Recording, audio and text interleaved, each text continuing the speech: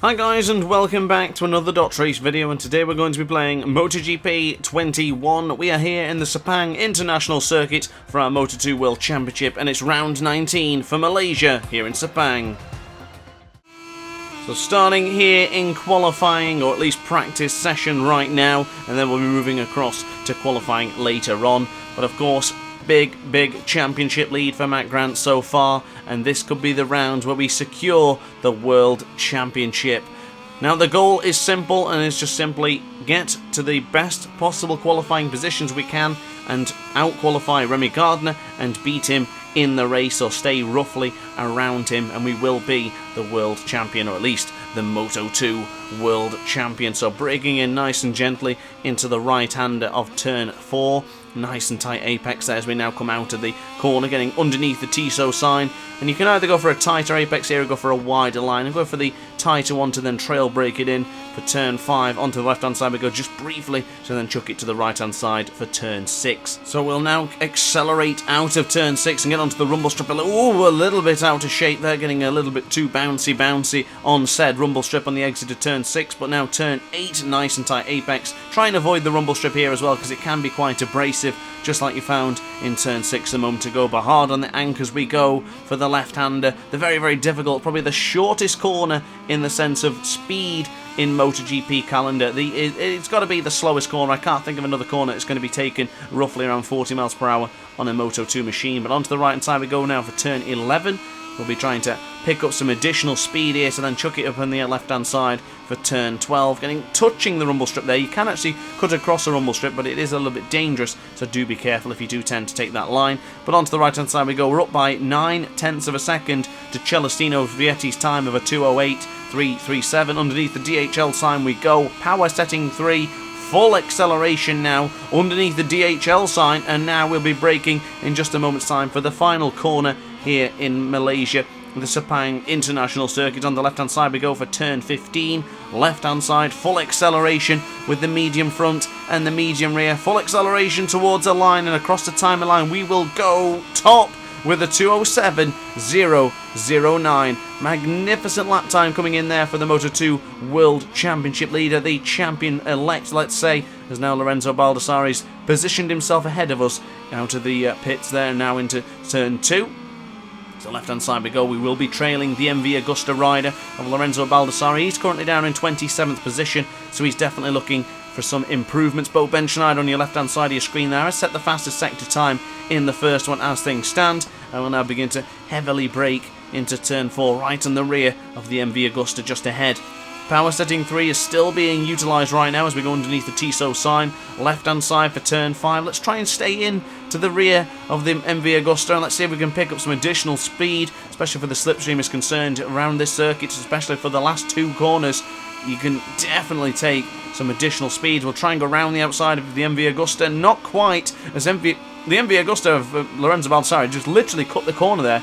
Caught myself up there because I wasn't even sure if that's what he just did, but he definitely did. Just literally dive up on the inside and across the rumble strip. So now onto the left-hand side we'll go. He's run it a little bit wide. We might be able to take advantage. So up ahead we are, but Lorenzo Baldassarri is fighting with us here as a bit of contact is made, and that will be the end of our practice session. So a little bit anticlimactic, but we did lead nonetheless with a 2:07.009, 9/10 of a second clear from championship rival Remy Gardner. As far as qualifying goes, Bo Benschneider, Agura, Manzi and Baldassarri all join the top 14 for a chance at pole position in qualifying 2. So qualifying 2 is upon us, and left hand side of your screen, Remy Gardner has just gone down, and for some strange reason I have had a nightmare in qualifying so far. Every single lap time I have attempted, I've just not been able to even finish a particular lap. I just keep making mistakes. Not sure why that is. But onto the left-hand side we go for turn 2. It is now time to try and work out some additional speed, work out where we can get stronger, and work out how we can just maintain some pace and actually complete a lap for a change. So underneath the MotoGP 21 sign we'll go, now braking hard for turn 4. Hard but controlled, as that familiar right boot, and that didn't die an easy boot just being shoved onto the floor for Matt Grant. And on the left hand side we go now, running it a little bit too tight there for turn 5. We'll possibly lose some time for running it so tight into that particular corner. But onto the right hand side we go for turn 6. third gear, holding roughly around 90 miles an hour, dropping it down to about 87, but 90 miles an hour roughly around that corner is more than sufficient. Onto the right hand side we go, still utilising gear setting 2 and 3. As we now look at a whopping time increase there. We are much quicker than Jake Dixon, Arbolino, Beaubier, Canet, even if they are on red sectors right now. Of course, Remy Gardner crashed, but he's still somehow on a personal best. That is some serious speed there from the Australian. As we now go on to the right-hand side for turn 11. Ran it a little bit deep there as Jake Dixon, the man who is currently on pole position or in provisional pole, has just gone down, and he was looking like he's improving that lap time quite significantly, but unfortunately that will not materialise here today. On the right hand side for turn 13, we're up by 1.2 seconds. We are going to definitely take top spot with Stefano Manzi, Arbolino, Canet, Fernandez, Grant, all on red sector times. Who is it going to be who is going to take the pole position, or at least the provisional pole position as things stand? Aaron Canet has just gone down. Has he gone down ahead of us? Yes, that's him in the distance there. I don't think it's going to affect our times because we're still able to get into turn 15 more than sufficiently. And now full acceleration. Fabio Di Giannantonio is now taking the top spot with a 2:05.835. So this lap time will no longer be pole position, but it gets us into second place.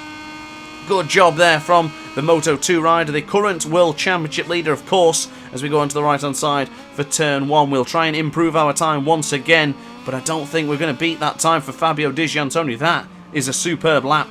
Augusto Fernandez has now put himself up into second position, pushing us back down to third. We're still on the front row as things stand, but are we going to remain there after these next couple of laps? End of this first sector exactly the same as the previous lap time, a 0:00. As Celestino Vietti crashes, his teammate goes to the top of the pile, a 2:05.536 for the Italian, the man from Rimini, Marco Bezzecchi, now on provisional pole. His momentum is growing towards the end of the season as we are now down by 6.66 tenths of a second.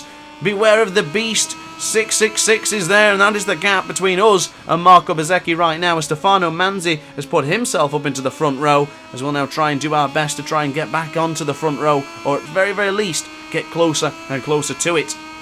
Fifth position is not the end of the world, let's be honest. Starting from 5th place here in Sepang, it's absolutely fine considering how long that first straight is going into turn 1. We still have a great chance and an opportunity of just chucking it in power setting 3 and diving over the inside as many riders as possible. But the right hand side we go for turn 11. We'll be flicking it to the left just briefly for turn 12. We're only on the left hand side for a very short amount of time, and then we straighten the motorcycle up and then back onto the right for 13. Onto the right we go. 3 tenths of a second clear from our previous lap time, but 1,000th of a second behind Marco Bezzecchi's time of a 2:05.536. Fabio Di Giannantonio has gone down, so he will not be improving upon his lap time. The Italian 1-2 right now, the Italian 1-2-3 with Stefano Manzi there looks to be the results here today, but can Grant improve? Going into the last corner, we've ran it a little bit wide, a big mistake coming in there for Grant. We don't want to be making the same mistakes in the Grand Prix, but full acceleration now, that advantage we had has disappeared, but across the line we will go. Is it enough for pole?